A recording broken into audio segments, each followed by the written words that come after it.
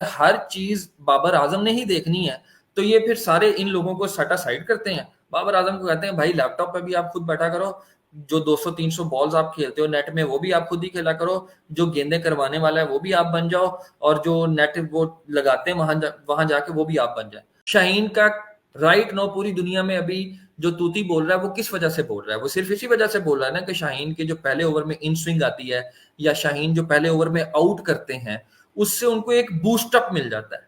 ठीक नहीं है। यानी शोएब साहब, ये तो फिर बड़ी अजीब लॉजिक है कि अगर पहले ओवर में आउट ना हुआ तो इसका मतलब आपने 80 स्कोर खाना है। श्रीलंका वाहिद वो टीम है जिसने अभी तक सबसे ज्यादा एशिया कप के फाइनल्स खेले हैं और सबसे ज्यादा ट्रॉफीज उठाई हैं। आज पाकिस्तान और श्रीलंका का एक इंतहाई इम्पोर्टेंट मैच है, डू एंड डाई दोनों टीमों के लिए, एक तरह का सेमीफाइनल है। जो भी जीतेगा वो पाकिस्तान के इंडिया के साथ फाइनल खेलेगा। मोहम्मद शुएब मेरे साथ मौजूद है, हम जरा बातचीत करेंगे कि पाकिस्तान की टीम में, पाकिस्तान के कैंप में क्यों एक पैनिक हुआ है, खास तौर पर इंडिया से हारने के बाद जिस तरीके से चेंजेस हो रही हैं, जिस तरीके से कहा जा रहा है कि जनाब उसको भी बुला लो, इसको भी बुला लो। सो ओवरऑल पाकिस्तान की पोजीशन क्या है, श्रीलंका अपने होम ग्राउंड में कितना मजबूत होगा, कोलंबो की विकेट श्रीलंकन स्पिनर्स को कितना फेवर करेंगी, इस तमाम तर सूरत हाल पर शुएब साहब मेरे साथ मौजूद हैं ऑफ साइड ओपिनियन में। और आजकल शुएब साहब की जो ऑफ साइड ओपिनियन है वो बड़ी फेमस जा रही हैं। शुएब कैसे हैं आप, खैरियत से हैं?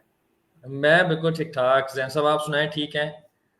All good. तो ये बताएं कि ये जो पैनिक बटन पाकिस्तान टीम में ऑन हो चुका है, ये क्या है इसके पीछे? एक मैच हारने के बाद इतना गिर गए कि 5 चेंजेस कर ली। खैर अभी अपडेट भी बता देते हैं, टॉस तो नहीं हो रहा, बारिश हो रही है। और ये जो पैनिक बटन ऑन हुआ हुआ है, इस पर शैफ साहब क्या आपका ख्याल है? जैन साहब असल में जो स्ट्रेटजी होती है ना किसी भी प्लेयर्स कौन से, एक तो फास्ट बॉलर जो होते हैं, पेसर, उसके लिए, और प्लस जो बैटर होता है आपके मेन की बैटर जो होते हैं, वो बहुत जरूरी होती है उनको स्ट्रेटेजाइज करके लेके चलना। ठीक है, सबसे पहले तो ये बात होती है। अब हमारे पास देख लें कि एशिया कप शुरू हुआ, उससे पहले आप 3-4 की पॉइंट्स हैं उनको आप जरा जहन में रखिएगा, देन आप एनालाइज करेंगे तो आपको सारी जो डॉट्स हैं वो मिलते हुए नजर आएंगे। सबसे पहले तो ये था कि पहले आपको याद होगा कि हम लोग पहले श्रीलंका में टेस्ट सीरीज खेलने के लिए आए। उसके बाद बिल्कुल ठीक है। कुछ प्लेयर्स जो हैं वो लंदन प्रीमियर लीग के लिए रुक गए, कुछ कनाडा में जो लीग हो रही थी उसके लिए चले गए, और आफ्टर दैट जो है वो कुछ, फिर वहीं से प्लेयर्स जो हैं वो कुछ पाकिस्तान आ गए, फिर पाकिस्तान से दोबारा श्रीलंका गए, वहां पे फिर हमारे पास अफगानिस्तान में जो है वो सीरीज शुरू हो गई, जो 3 मैचेस की सीरीज थी। उसके बाद हमारे प्लेयर्स वहां पर रुक गया। फिर आया हाइब्रिड मॉडल में पाकिस्तान पहले मुल्तान आया, मुल्तान से उसी दिन जिस दिन मैच था पाकिस्तान का और नेपाल का, जो कि ऑलमोस्ट वन साइडेड मैच था, तो उसके बाद फिर वो जो है वो वापस आए श्रीलंका में। एक फटीग फैक्टर बहुत ज्यादा इन्वॉल्व था इस सारे सिनेरियो के अंदर।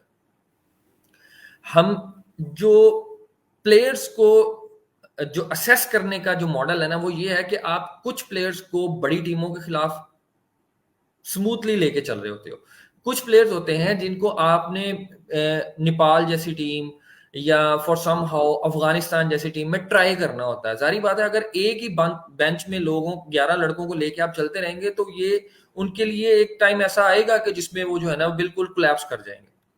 तो जो वो नसीम शाह के ओवर्स, देन फिर वो 2 दिन का वनडे मैच, 2 दिन का, ये भी इतिहास में लिखा जाएगा वैसे, वनडे मैच 2 दिन का हुआ है। उसमें आप देखें ना कि फटीग फैक्टर कितना था, बारिश हो रही है, बाहर जा रहे हैं, अंदर आ रहे हैं। अब आप एक लम्हे के लिए ये भी सोचेंगे कि यार ये फटीग फैक्टर सिर्फ हमारे लिए थोड़ी था, ये तो इंडिया के लिए भी था।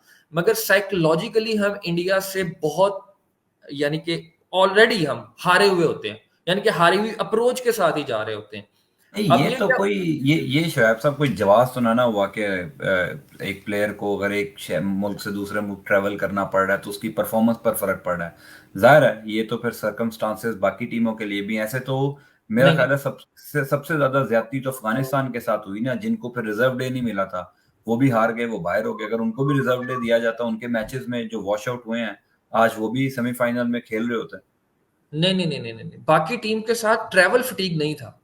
बाकी टीम के साथ आप ये कह सकते हैं रिजर्व डे नहीं था, ट्रैवल फटीग, अब आप छोटी सी एग्जांपल दे रहे हैं, मैं आपको छोटी सी एग्जांपल देता हूँ। अब आपने जैसे ही दो लोग हमारे हुए हैं, बाहर हुए हैं, नसीम शाह और हारिस, तो हमने फौरन से ना पैनिक में आके, एक पैनिक बटन, वही आपके वाली बात, पैनिक बटन दबाया, हमने कहा जी धानी को बुला लो और इसको जमान खान को बुला लो। हालांकि आपके पास बेंच में वसीम जूनियर मौजूद था।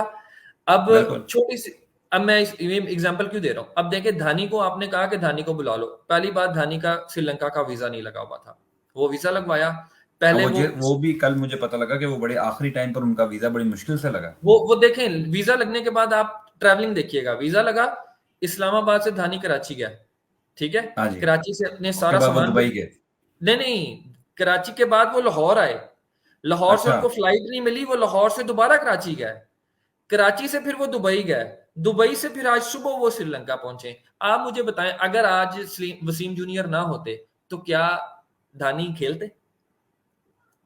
बिल्कुल सही बात है, वो नहीं खेल पाते जाहिर है। ये ट्रैवल फटीग है, ये बेसिकली जो हमारे जो स्ट्रेटजीज बनाने वाले हैं, ये उनको सोचना पड़ेगा कि अगर आपने इसी तरह ही लड़कों को ट्रैवल कराना है और इतनी पैनिक बटन जब दबना है आपका और आपको पता ही नहीं चलना कि आपको एक्चुअली, हमारे ना जैन साहब, दो चीजें बड़ी कॉमन हो चुकी हैं। एक ये कि इंडिया से हमने हर मैच जीतना है, और दूसरी बिल्कुल। बात यह है कि जो जीतना है वो भी बड़े मार्जिन से जीतना है, वो 152/0 का जो नहीं, स्टैंडर्ड मेरा सेट ख्याल है है वो। ये यहाँ पर आप थोड़ी ज्यादती कर रहे हैं कि ठीक है, यहाँ पर एक ख्याल तो है कि यार इंडिया से जीतना है, जाहिर है, क्योंकि हमारे लिए वर्ल्ड कप फाइनल से बड़ा मैच जो है वो इंडिया के साथ मैच होता है, लेकिन जिस तरीके से हम हारे हैं, ये हाँ, तो आपने बिल्कुल हथियार डालने वाला हारे हैं ना। इसी वजह से मेरी नजर में ये जो पैनिक बटन ऑन हुआ है ना, जब आप 225 228 स्कोर से हारेंगे, तो फिर आपको समझ ही नहीं आएगा आपको आपके साथ हुआ क्या। फिर बैशिंग होगी मीडिया के ऊपर भी, सोशल मीडिया के ऊपर भी।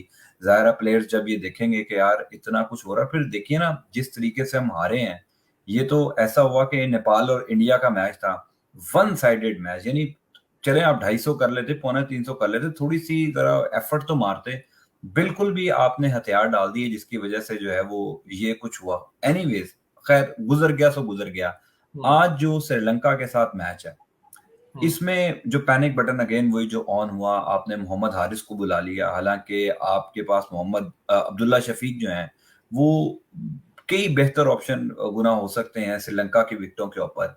आज का मैच कितना इंपॉर्टेंट है श्रीलंकन, कंसिडरिंग श्रीलंकन स्पिनर जो उन्होंने इंडिया के खिलाफ बॉलिंग की, कैसे आज पाकिस्तान को आज मैदान में उतरना चाहिए? देखिए, अप्रोच राइट नाउ जो अप्रोच है ना, वो आई थिंक वही है जो जिसकी हमें अब जरूरत नहीं थी, जिसकी हमें इंडिया के मैच से जरूरत थी, और वो वही वाली अप्रोच थी कि अटैकिंग अप्रोच। देखें, इंडिया पाकिस्तान के अगेंस्ट आया, पाकिस्तान के अगेंस्ट रोहित शर्मा ने आते ही ना वो जो वो वॉश आउट कर दिया था पहले मैच, पहले ओवर में जो आखिरी बॉल पे उसने सिक्स मारा शाहीन वो शाह पूरा को। प्लान करके आए हुए थे ना। हाँ, वो प्लान करके आए थे। अब अगले ओवर में आपका एक कैच ड्रॉप हो जाता है, देन 2-3 ओवर्स के बाद अगेन एक कैच ड्रॉप हो जाता है। देखिए, लोग कहते हैं कि जो बाबर आजम है, इसने कप्तानी बड़ी वीक की है। मेरी नजर में देखें यार, आप अगर आप एज अ बेंच, जब आप टीम बैठी होती है तो वो पूरी टीम उस टाइम खेल रही होती है। जब आपने एक कैच छोड़ दिया, मेन कैच, उसके बाद आपने 2-3 ओवर्स के बाद अगेन एक कैच छोड़ दिया, तो वो एक पूरा प्रेशर आ जाता है।